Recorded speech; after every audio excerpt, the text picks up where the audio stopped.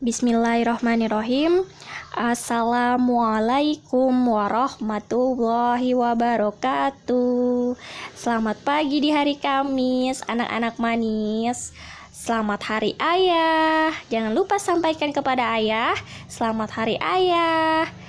Sekarang kita masih memasuki tema 4 pada subtema 3. Kali ini pembelajaran keempat. Sebelum kita belajar, kita berdoa terlebih dahulu. Yuk dipersiapkan. Duduk siap. Bismillahirrahmanirrahim.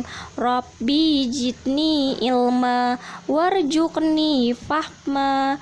Amin. Memasuki pembelajaran keempat ini bertujuan agar kalian mampu menuliskan unsur intrinsik cerita yang dibaca dalam bentuk peta pikiran, dan kalian mampu menceritakan kegiatan yang bisa dilakukan dalam kehidupan sehari-hari sesuai sila ketiga Pancasila dengan benar. Memasuki muatan bahasa Indonesia. Kali ini kita akan membahas menyampaikan isi dongeng dengan menggunakan peta pikiran. Banyak cara untuk menyampaikan unsur-unsur suatu dongeng. Apa saja unsur-unsurnya? Yaitu salah satunya menggunakan peta pikiran. Kalian kalau membuat peta pikiran, perhatikan berikut ini ya. Kalian bisa bikin sebuah kotak dan tanda panah seperti pada contoh ini. Dan unsur-unsurnya ada apa saja? Unsur-unsur suatu dongeng atau cerita. Yang pertama itu ada judul, kedua ada tokoh, ketiga ada sifat tokoh, yang keempat itu ada tempat, yang kelima itu ada awal cerita, yang keenam ada akhir cerita, dan terakhir ketujuh ada pesan moral. Jadi contohnya misalkan judul ceritanya apa? Bisa diambil ya, kelinci dan kura-kura. Nah, yang kedua tokoh. Tokoh kalau menceritakan, kalau judulnya saja sudah kelinci dan kura-kura, pasti tokohnya ada kelinci, kura-kura, bekicot, dan keong yang ada di dalam cerita tersebut ya. Dan sifat tokohnya, kelinci. Kelinci memiliki sifat seperti apa? Sombong dan keras kepala, misalkan. Kura-kura. Kura-kura memiliki sifat pantang menyerah. Nah, dari sifat tokoh tersebut, tempat cerita di mana tempat itu ya, bisa di hutan, bisa di mana ya kalau isi cerita tersebut dijelaskan. Nah, dari tempat awal cerita, kita di awal cerita tertera pada paragraf pertama. Kalian bisa ambil intinya saja. Misalkan kura-kura mengajak kelinci lomba lari. Kelinci menerimanya dan mengira akan menang dengan mudah.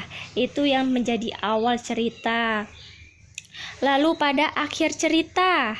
Akhir cerita ini kalian bisa ambil kesimpulan dari paragraf terakhir, yaitu kura-kura berhasil sampai lebih dulu di garis akhir dan mengalahkan kelinci. Sekian. Nah, untuk yang terakhir tersebut ada masih lagi pesan moralnya, jangan sampai lupa, yaitu pesan moral yang ada yang terkandung dalam cerita tersebut, seperti janganlah berbuat sombong dan menganggap rendah orang lain, tetap bersemangat dan gigih dalam mencapai sesuatu.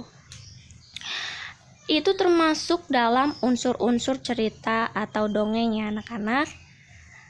Pada pembahasan kali ini ada di muatan PPKN, yaitu membahas tentang pengamalan sila ketiga Pancasila dalam kehidupan sehari-hari.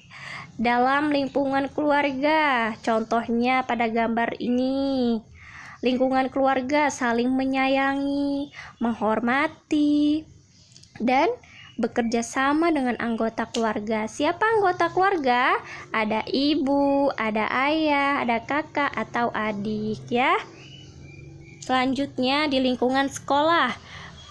Kita Berteman harus dengan semua teman, dengan semua siswa tanpa membedakan sukunya, agamanya apa, dan rasnya dari mana, ya.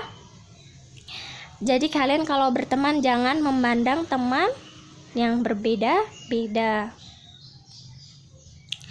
Selanjutnya di lingkungan masyarakat, pengamalan sila ketiga Pancasila dalam kehidupan sehari-hari yaitu pada gambar di sini ada gotong royong atau kerja bakti, ikut serta dalam menjaga keamanan lingkungan sekitar dan kerja bakti membersihkan lingkungan. Untuk tugas di halaman 119, 120 dan sampai 122. Baik, selamat mengerjakan, semangat. Wassalamualaikum warahmatullahi wabarakatuh.